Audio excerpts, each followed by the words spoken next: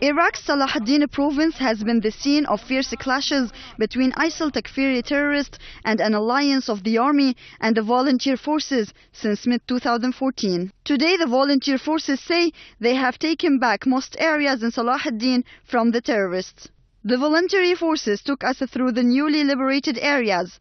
They told us that fighting ISIL has not been easy because the terrorists use sophisticated weapons. They also say the fact that the terrorists use mosques as their bases further complicated fighting.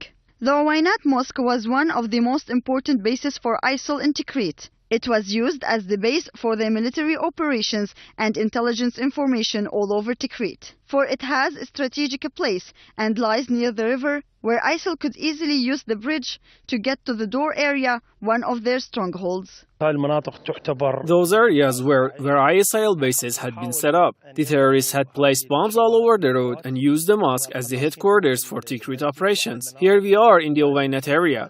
It is totally liberated and ISIL has moved to the Al-Door area across the river. This mosque in Uwainat area was used by ISIL as a base for their operations in Tikrit province. Now the volunteer forces did not only push them out of Uwainat, but also were able to push them some 10 kilometers away. Now we stand 10 kilometers away from ISIL. The area is totally cleared due to the operations and military operations done by the Iraqi army and volunteer forces. The volunteers have been battling the ISIL in Tikrit for the past 7 months. They say the operations were based on intelligence about the location of the terrorists, or else they wouldn't have been able to push them out of the province. We started the operation in mid-June in the jail in Spiker Base. The operations were carried out on 2 fronts, the southern and northern fronts. All of the houses had booby traps. We dismantled them, and the mosque as well, and were able to liberate these areas in Salahuddin province.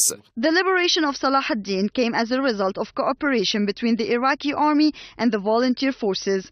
Iraqi officials say this was carried out without the support of a so-called US-led coalition against ISIL, as they say no airstrikes has been taking place in the area. Rahshan Saglam, Press TV, Tikrit.